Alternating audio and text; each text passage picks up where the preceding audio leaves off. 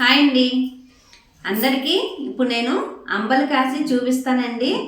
అది ఏ రకంగా చేసుకుంటే మన బాడీకి ఎంత ఉపయోగం అన్నది కూడా నేను మీకు చెప్తాను. ఇప్పుడు ఇదిగోండి, నైట్ మనం రైస్ వంచుకున్న గంజి ఉంటుంది కదా, అది నేను ఒక లోటాడు గంజి తీసుకున్నానండి.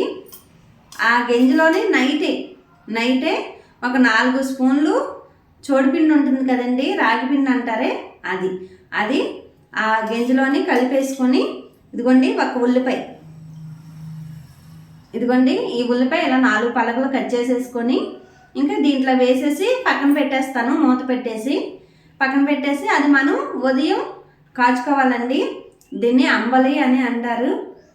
కొంతమంది ఇప్పుడు కొంచెం ఫ్యాషన్గా ఉంటుందని సోడి జావా, రాగి జావా అని కూడా అంటున్నారు. కానీ మన పెద్దవాళ్ళు పెట్టిన పేరైతే అంబలి అండి, అంబలి అంటారు దీన్ని. ఇదిగోండి ఇలా గంజిలో గంజిలో ఇలా పిండి కలిపి పక్కన పెట్టుకుంటే ఇలా ఊరుతుంది నైట్ అంతా.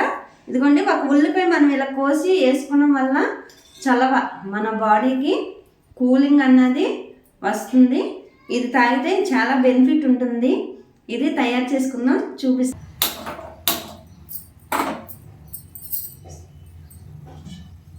ఇదిగోండి ఒక లోటతో నీళ్ళు తీసుకున్నాను, పెడుతున్నాను పొయ్యి మీద. ఇప్పుడు దీంట్లో కొంచెం ఉప్పు వేసుకుందాం.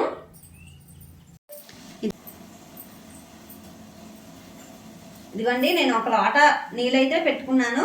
ఒక లోటాడు అంటే చిన్న లోట అండి, లోట గంజిలోని పిండి కలుపుకున్నాను. ఇదిగోండి ఉల్లిపాయ కూడా నేను కట్ చేసి వేసుకున్నాను. ఇప్పుడు ఇది కట్ చేసి పెట్టుకున్న ఉల్లిపాయ ఉంది కదండి, ఈ ఉల్లిపాయ పక్కన పెట్టుకుందాము. లేదు పిండితో పాటు ఉడికించుకుంటాము అంటే వేసుకోవచ్చు, అది మీ ఇష్టం. ఇప్పుడు మంట తగ్గించుకుందాం. కొంచెం పిండి ఇలా బాగా కలుపుకొని వేసేసుకోవాలండి. అదిగోండి అలా మరుగుతుంది. మనకి ఎన్నో పోషకాలు ఇచ్చే సోడి జావా అంబలి.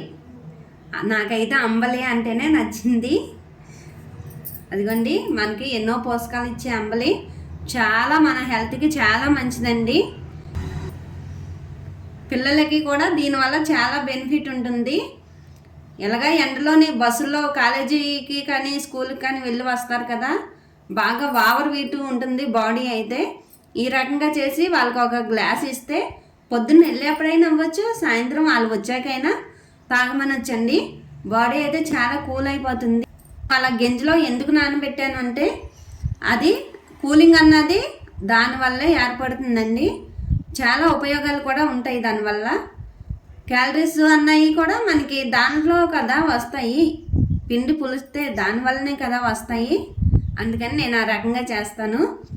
ఇదిగోండి మీకు ఒకవేళ కావాలి అంటే ఉల్లిపాయను చూసారా పక్కన నేను ఇదిగోండి కట్ చేసి వేసుకున్నా కదా పిండిలోని, ఆ ఉల్లిపాయ కావాలంటే ఇది ఉడికేప్పుడైనా మీరు వేసేసుకోవచ్చు.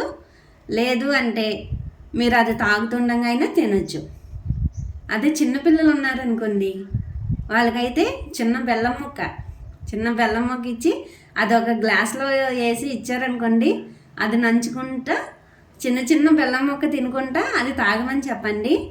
చాలా బాగుంటుంది, తప్పకుండా తాగుతారు. ఇదిగోండి మరిగిపోయింది సోడి జావ అయితే. ఇదిగోండి ఇలా ఉండాలి. ఇదిగోండి చూసారా, మీరు ఇంక ఇందులో మజ్జిగ అటువంటి ఏమి కలుపుకోపోయినా పర్వాలేదు. లేదు మేము మజ్జిగ కలుపుకుంటాం అంటే మజ్జిగ కలుపుకొనైనా తాగొచ్చు. ఇదిగోండి అయిపోయింది, గ్యాస్ ఆఫ్ చేసేస్తాను.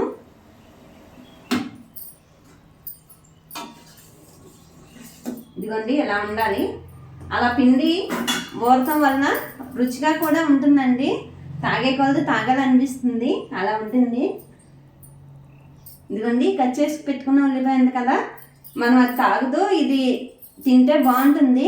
లేదంటే మీరు ఇందులో వేసేసుకోవచ్చు.